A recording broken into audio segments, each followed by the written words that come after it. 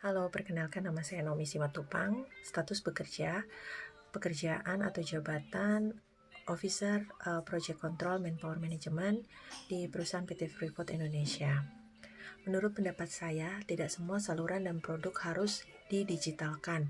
Memang digitalisasi membawa banyak manfaat seperti kecepatan, efisiensi, dan kemudahan akses. Tetapi dengan pendekatan yang terlalu seragam dan memaksakan, semua proses menjadi digital. Dalam hal ini justru akan menimbulkan masalah apabila tidak mempertimbangkan kesiapan si penggunanya, konteks sosial budayanya, dan juga infrastrukturnya.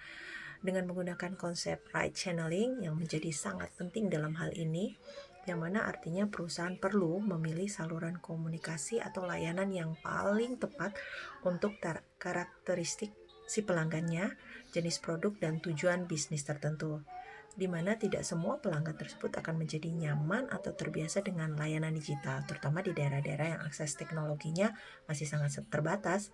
Di tempat saya bekerja, kami memang menerapkan kombinasi antara saluran digital dan tradisional, di mana untuk proses internal seperti pelaporan tenaga kerja proyek, maka akan menggunakan sistem digital yang terintegrasi supaya data lebih cepat dan akurat.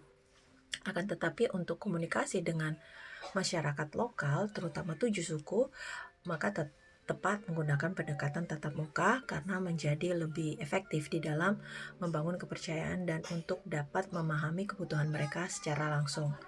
Dengan hal ini maka saya melihat bahwa strategi ini cukup berhasil, yang mana kami tidak hanya fokus pada efisiensinya saja, akan tetapi juga pada efektivitas dan keberlanjutan hubungan dengan para pemangku kepentingan yang ada. Karena ketika perusahaan terlalu cepat memindahkan semua layanannya ke dalam proses digital tanpa adanya kesiapan yang memadahi, bisa saja akan terjadi resistensi atau kesenjangan layanan, bahkan terjadinya kehilangan kepercayaan dari para pelanggan. Namun sebaliknya, jika hal tersebut terlalu lambat, maka perusahaan bisa saja tertinggal dari para kompetitor dan kehilangan akan peluang inovasi. Jadi dengan demikian menurut pendapat saya bahwa strategi digital yang bijak bukan berarti semua haruslah online.